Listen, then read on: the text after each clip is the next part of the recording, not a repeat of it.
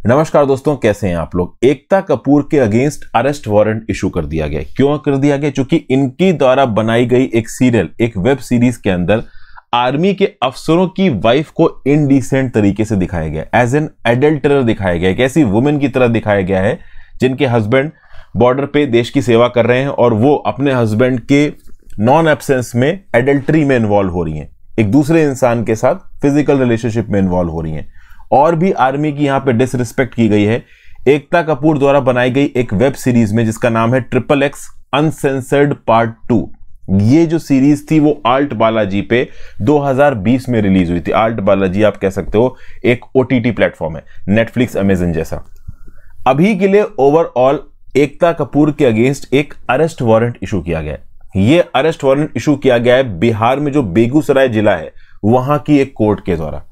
और ये arrest warrant Ekta Kapoor और इनकी मां शोभा कपूर के ऊपर के अगेंस्ट इशू किया गया क्योंकि इन्होंने सोल्जर्स को इंसल्ट किया है, उनकी फैमिली मेंबर्स के सेंटिमेंट को हर्ट किया है, साथ साथ आर्मी की यूनिफॉर्म का गलत इस्तेमाल, नेशनल एम्ब्लम का गलत इस्तेमाल, ये सब चार्जेस भी लगाए गए। और मैं बता दूं, एकता कपूर के अगेंस्ट ये पहला केस नहीं है।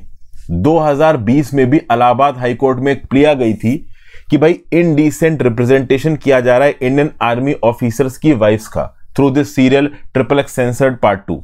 और उस समय पे ये रिक्वेस्ट की गई थी ओवरऑल इलाहाबाद हाईकोर्ट से कि जो XXX सेंसर्ड पार्ट 2 है इस वेब सीरीज को बैन कर दिया जाए, इंटरनेट पे स्ट्रीम न करने दिया जाए। बाद में ये क्लेम किया गया एकता कपूर के द्वारा और आल्ट बालाजी के द्वारा कि भाई जो भी ऑब्जेक्शनेबल सीन थे हमने उनको वेब सीरीज से हटा दिया। अब मैंने तो कभी खैर ये वेब सीरीज देखी नहीं है, मैं ये न्यूज़ भी अभी देख रहा था। अब ये ऑब्जेक्शनेबल सीन हटाए गए नहीं हटाए गए मुझे पता नहीं, आप नीचे कमेंट बॉक्स में बताओ। वैसे मैं बता दूं कि पहले एकता कपूर और उनकी मां को समन्स इशू किए गए। समन मतलब क्या होता है कि एन ऑफिसर ऑफ लॉ, जो ज्यादातर केस में पुलिस ऑफिसर हो सकता है या इन्वेस्टिगेटिंग ऑफिसर हो सकता है, वो समन इशू करता है। उस समन में जिस इंडिविजुअल के अगेंस्ट समन इशू किया जा रहा है, जैसे एकता कपूर के अगेंस्ट समन इशू किया जा रहा है, तो इनका नाम लिखा होगा, इनका एड्रेस लिखा होगा और इनको बोला जाएगा कि ये डॉक्यूमेंट्स लेके इतने बजे इस तारीख को जज साहब के सामने आ जाओ। तो यहां पे ऑब्वियस ही बात है, बेगूसराय की कोर्ट के सामने यहां पे आना था। समन्स पुलिस भी इशू कर सकती है, बाकी अथॉरिटीज भी इशू कर सकती है, जैसे कि इनकम टैक्स के जो आप कह लो ऑफिसर्स होते हैं, ITO इनकम टैक्स ऑफिसर्स, वो भी समन्स इशू कर सकते हैं। सुप्रिंटेंडेंट कस्टम्स का समन इशू कर सकता है, एक पुलिस ऑफिसर समन इशू कर सकता है। तो समन्स अथॉरिटीज इशू करती हैं, कोर्ट भी समन इशू करती है। कोर्ट ने एकता कपूर को समन इशू किया, 3 समन्स लैप्स हो गए तो कोर्ट ने यहां पे अरेस्ट वारंट निकाल दिया। इस प्रकार के बहुत से केसेस एकता कपूर और उनकी मां के ऊपर चल रहे हैं। रीजन बीइंग कि जो आल्ट बालाजी का XXX अनसेंसर्ड 2 है, इसमें आर्मी की ड्रेस को गलत प्रकार से दिखाना, नेशनल एम्ब्लम की बेइज्जती करना और आर्मी अफसरों की वाइफ्स को एक गंदी लाइट में दिखाना। अब यहां पे 2 पॉइंट्स हो जाते हैं। देखिए, ये जो आर्ट और एक्सप्रेशन है, जो सीरियल वगैरह है, मूवीज है, फिल्म्स है, ये क्या है, फ्रीडम ऑफ आर्ट के अंदर आते हैं। आप अपनी कला को दुनिया के सामने लेके आ रहे हो और उसके थ्रू लोगों का एंटरटेनमेंट कर रहे हो, तो वो फंडामेंटल राइट टू फ्रीडम में आएगा। लेकिन right to freedom of expression के अंदर आपको एक कोड ऑफ एथिक्स भी फॉलो करना है। वो कोड ऑफ एथिक्स क्या है? एक आर्मी अफसर या किसी भी एक आर्मी पर्सनल की जिंदगी बिल्कुल हिली हुई होती है, बॉर्डर में पड़े हुए हैं, चाहे वो किसी भी लेवल का ऑफिसर हो, चाहे वो कर्नल लेवल का ऑफिसर हो, चाहे वो नीचे का हवलदार हो, जवान हो। एक तो वो बॉर्डर पे पड़ा हुआ है, कहीं लद्दाख में पोस्टिंग है तो भीषण गर्मी है, आपके राजस्थान में पोस्टिंग है तो दिन में 50 डिग्री टेम्परेचर जा रहा है, तो उनकी हालत खराब है। ऑलरेडी वो अपने घर वालों को मिस कर रहे हैं, याद आ रही है उनको अपने घर की। अब एक ऐसे जवान के रिस्पेक्ट से सोचो कि अगर वो जवान बॉर्डर पे बैठ के अपने फोन पे ये XXX सेंसर्ड 2 का एपिसोड देख रहा हो तो वो क्या सोचेगा, उसके मेंटल स्टेट पे क्या इफेक्ट पड़ेगा। प्लस एक ऐसी लेडी जिसका हस्बैंड बॉर्डर पे सेवा कर रहा है अपने देश की और अपनी फैमिली से दूर है, उस लेडी के प्रति सोसाइटल परसेप्शन क्या बनेगा इस प्रकार के सीरियल्स को देख के। ये एक बड़ा मॉरल क्वेश्चन यहां पे उठ के आता है। ये क्या होते हैं कि कभी कभी आर्टिस्टिक फ्रीडम के नाम पे कुछ ज्यादा ही कर जाते हैं हमारे सीरियल वाले, क्योंकि इस प्रकार के जो सीन्स हैं वो लोगों को अट्रैक्ट करते हैं।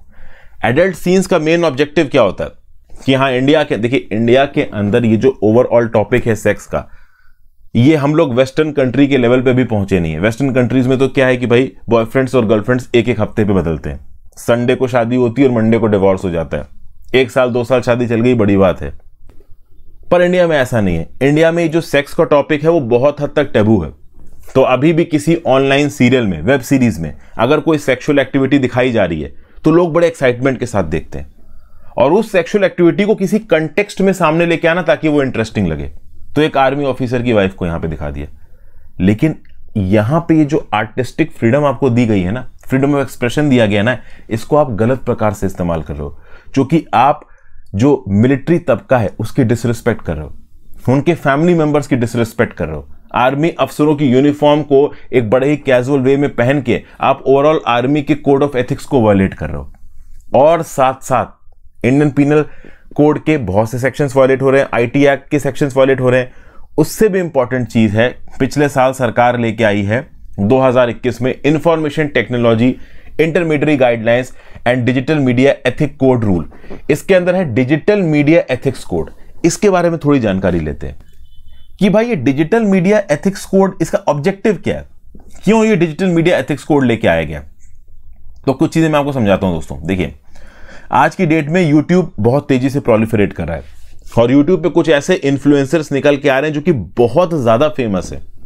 अभी कुछ दिन पहले आपने देखा है, कल परसों की न्यूज है कि 45 वीडियोस को बैन कर दिया गया। कुछ कुछ तो ऐसे यूट्यूबर्स हैं कि वो एक वीडियो बनाते हैं और 40, 50, 60, there is no upper limit to the amount of views that are going, और वो बहुत हद तक बहुत इन्फ्लुएंशियल है। क्योंकि अगर आपकी एक वीडियो कोई 40-50 लाख लोग देख रहे हैं तो आप उस वीडियो के मैसेज के थ्रू पब्लिक परसेप्शन को बदल सकते हो, और वो पब्लिक परसेप्शन लोगों का सरकार के तरफ सोचने का रवैया बदल सकती है, पब्लिक ऑर्डर को हिला सकती है। अब अगर कोई leader, political leader community level पे धर्म के नाम पे भड़काऊ भाषण दे रहा है तो उसको रोकना जरूरी है ना। अभी वो यूट्यूब पे अपलोड किया जा रहा है, टेलीविजन मीडिया हो, प्रिंट मीडिया हो, तो उसको रेगुलेट कर रखा है सरकार ने, लेकिन डिजिटल मीडिया रेगुलेटेड नहीं है, यूट्यूब रेगुलेटेड नहीं है, फेसबुक रेगुलेटेड नहीं है, इंस्टाग्राम रेगुलेटेड नहीं है। तो एक तो ये जो न्यूज चैनल्स चलते हैं आपके यूट्यूब के ऊपर, साथ साथ जो करंट अफेयर से रिलेटेड न्यूज निकल के आती हैं, इनको रेगुलेट करना है। उसके लिए आईटी रूल्स आए 2021 के, जिसके अंदर ये डिजिटल मीडिया एथिक्स कोड की बात की गई। उसके साथ साथ ओटीटी प्लेटफॉर्म जैसे कि Amazon, Netflix, Hotstar, alt Balaji, इस प्रकार के जो ओटीटी प्लेटफॉर्म्स है, इनको रेगुलेट करने के भी प्रावधान किए हैं डिजिटल मीडिया एथिक्स कोड के अंदर। तो बेसिकली ऑनलाइन न्यूज पोर्टल मतलब प्रिंट मीडिया, टेलीविजन मीडिया को तो ऑलरेडी सरकार ने रेगुलेट कर रखा है। अगर फिल्म्स की भी बात करिए तो फिल्म्स के सर्टिफिकेशन के लिए एक प्रॉपर बोर्ड है, लेकिन ओवरऑल एक ओटीटी प्लेटफॉर्म को शुरू करने के लिए किसी प्रकार की परमिशन नहीं चाहिए। और ओवरऑल आज की डेट में इतने ओटीटी प्लेटफॉर्म और यूट्यूब जैसे प्लेटफॉर्म आ गए हैं कि इंफॉर्मेशन टेक्नोलॉजी एक्ट 2000 में जो प्रोविजंस बनाए गए थे वो आज की डेट में उतने इफेक्टिव बचे नहीं है। तो हमें कुछ नए रूल्स लाने की जरूरत थी, और इसीलिए ये IT rules, information technology intermediate guideline and digital media ethic code rule आए हैं, और इसके अंदर का जो एथिक्स कोड है उसको हम यहां पे समझने की कोशिश कर रहे हैं। तो मेनली इसका ऑब्जेक्टिव क्या क्या है, तो जो न्यूज वगैरह प्रोलिफरेट करती है उसमें मिस इन्फॉर्मेशन को रोकना, सिटीजन को एम्पावर करना, कंटेंट क्वालिटी के लेवल का है वो पहुंचाना, और चिल्ड्रन को प्रोटेक्ट करना। ठीक है भाई, ये तो जर्नलिस्टिक पॉइंट ऑफ व्यू हो गया। ओके, करंट अफेयर से content, news aggregator, news portals, इनको रेगुलेट करना। सवाल ये उठता है कि जो आल्ट बालाजी ने यहां पे किया, इसको रोकने के लिए इन एथिक्स कोड रूल में क्या है। ये जो हम डिजिटल मीडिया एथिक्स कोड की बात कर रहे हैं, इसके अंदर कोड ऑफ एथिक्स क्या क्या है। तो देखिए, एक तो कोड ऑफ एथिक्स है नॉर्म्स ऑफ जर्नलिस्टिक कंडक्ट को लेके of the press council of India. In particular norms को फॉलो करना है। तो अगर मान लो मैं यूट्यूब पे कोई वीडियो बनाता हूं नॉलेज से रिलेटेड, तो ये बहुत जरूरी है कि ओवरऑल में प्रेस काउंसिल ऑफ इंडिया की जो नॉर्म्स ऑफ जर्नलिस्टिक कंडक्ट है इसको फॉलो करूं। अगर मैं नहीं करूंगा तो मेरे खिलाफ एक्शन लिया जा सकता है। फिर programme code under section 5 of the cable television network regulation act 1995, इसको फॉलो करना जरूरी है। और कोई भी कंटेंट जो एक समय पे लॉ के हिसाब से प्रोहिबिटेड है, इसको आप प्रोलिफरेट नहीं कर सकते। तो ये बेसिकली न्यूज पब्लिशर्स के रिस्पेक्ट में हम बात कर सकते हैं। अब हम बात करते हैं main code of ethics for OTT platform. OTT platform के लिए क्या कोड ऑफ एथिक्स है। तो आल्ट बालाजी ने ये जो XXX अनसेंसर्ड पार्ट 2 बनाया, इसमें इन्होंने कौन सा कोड ऑफ एथिक्स वायलेट किया। वैसे तो देखिए, मैं आपको बता दूं कि कहीं पे भी कोड ऑफ एथिक्स में यह नहीं लिखा है कि आप एडल्ट कंटेंट नहीं बना सकते, आप न्यूडिटी वाला कंटेंट नहीं बना सकते। कुछ लोग आज की डेट में, हम एक मॉडर्नाइज्ड इंडिया में रह रहे हैं, वो बोलेंगे कि अगर हम एडल्ट कंटेंट बनाते हैं, मान लो हम लोग कोई किसिंग सीन या कोई फिजिकली इंटीमेट सीन बनाते हैं, अगर वो एक लिमिट से ज्यादा वल्गर नहीं है तो वो हमारी आर्टिस्टिक फ्रीडम में आता है। बहुत सारे लोग इस बात को बोलेंगे। और आज की डेट में किसिंग सीन और इंटीमेट सीन्स मूवीज में काफी कॉमन हो गए हैं। आज से 20 साल पहले की मूवीज में चली जाइए, जैसे फॉर एग्जांपल 2001 के समय पे एक मूवी आई थी राज, डीनो मोरिया बिपाशा बासु की। उसमें अगर कोई लिप लॉक सीन आ रहा है तो छुपा के दिखाया जाता था, उसको लिप लॉक दिखाया जा रहा है बट हीरो हीरोइन ने अपना चेहरा घुमा लिया, उसको हीरो की सर के पीछे का वो दिख रहा है। आज की डेट में लिप लॉक सामने से दिखते हैं। ठीक है भाई, आर्टिस्टिक फ्रीडम का उसको हिस्सा माना जा सकता है, लेकिन आपको कंटेंट को एज बेस्ड कैटेगरी के हिसाब से डिफाइन करना पड़ेगा। मतलब आपको ओवरऑल यहां पे सेग्रीगेट करना है कि कौन सा कंटेंट किस उम्र के लोग देख सकते हैं। जैसे कि यू कंटेंट है तो कोई भी उम्र के लोग देख सकते हैं, यूए 7+ है तो 7 साल से ज्यादा के बच्चे ही देखेंगे, यूए 13+ है तो 13 साल से ज्यादा के, यूए 16+ 16 साल से ज्यादा के, और ए मतलब 18 साल या 18 साल से ज्यादा के ही देख सकते हैं। तो आपने कंटेंट को यहां पे सेग्रीगेट कर दिया एज के हिसाब से। ठीक है भाई, और इस बेसिस पे अच्छा ओटीटी प्लेटफॉर्म में प्रायर आपको परमिशन लेने की जरूरत नहीं है।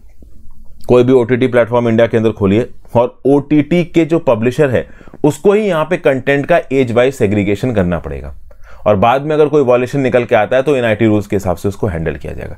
अब सवाल ये उठता है कि अगर adult scenes digital media ethic code के हिसाब से सही है तो ये आल्ट बालाजी वाले में क्या प्रॉब्लम थी।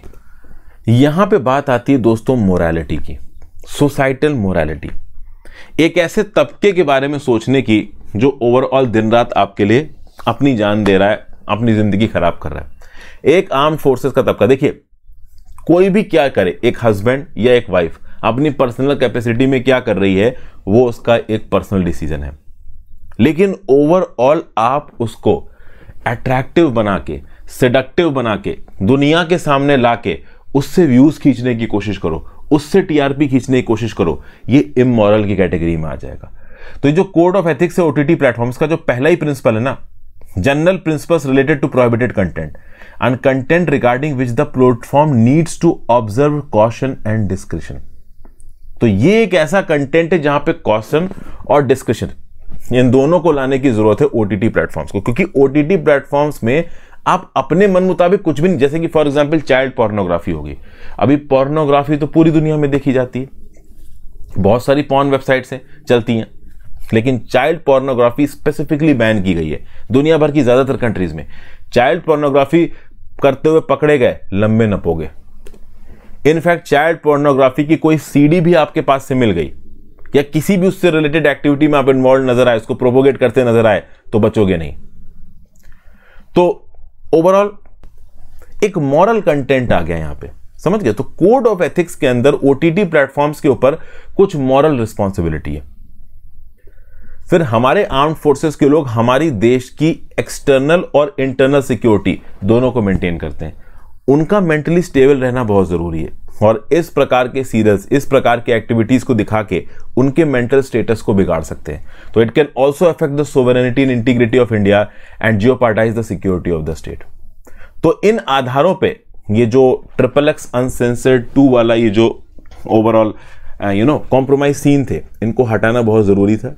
और ऑब्वियस सी बात है, इन सब वैसे तो देखा जाए तो ऐसा नहीं है कि आल्ट बालाजी के इस शो पे इस प्रकार की कोई चीज दिखाई गई है, ये बहुत हाईलाइट हो गई। बहुत जगह पे इस प्रकार के आप कह लो सिडक्टिव सीन्स को लाने की कोशिश की जाती है, but this is a wrong trend which needs to be arrested, और इसके लिए प्रॉपर प्रोविजंस भी हैं हमारे डिजिटल मीडिया एथिक्स कोड में।